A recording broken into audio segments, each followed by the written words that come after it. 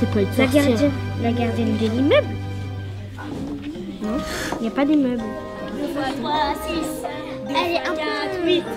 2 fois 5, 10.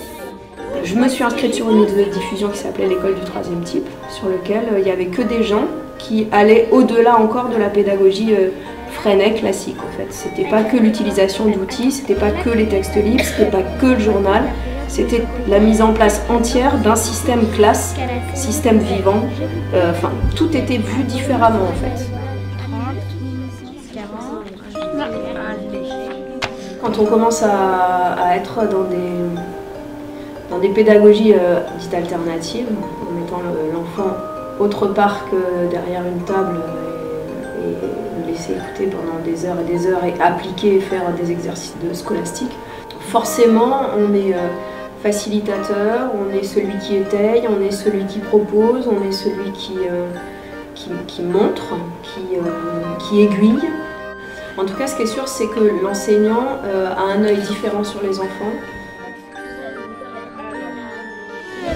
On fait une réunion, parfois c'est un peu la réunion qui décide de ce qu'on fait dans la classe, la cuisine, les décisions, les règles. Maman, elle a dit que ça serait rigolo si on pouvait se déguiser pour Mardi Gras. Est-ce que ceux qui veulent pas se déguiser, ils sont obligés de se déguiser? Pour demander si je pouvais avoir mon permis de circuler. C'est Gladina. Ou passe. Ben c'est Gladina peut-être qui a écrit. Je voulais faire un autre atelier gâteau parce que l'autre il était annulé, donc je voulais faire un autre. Est-ce qu'il y a quelqu'un qui veut bien m'aider à rechercher ma gomme? Ma hiérarchie m'impose d'évaluer. Mais évaluer, c'est pas mettre des notes.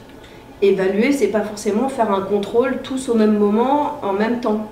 On peut contrôler quelque chose, mais c'est pas forcément une évaluation qui est sommative avec une note, et puis toi tu vaux 6, toi tu vaux 3.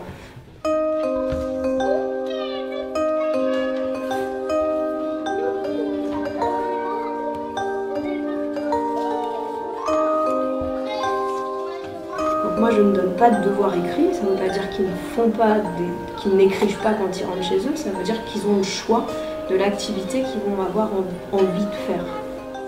Plus on donne des devoirs, plus on crée de l'échec scolaire en fait.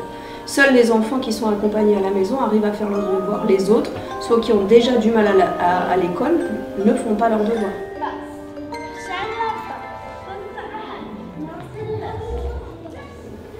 Laisser l'enfant apprendre par lui-même et pour lui-même. Voilà.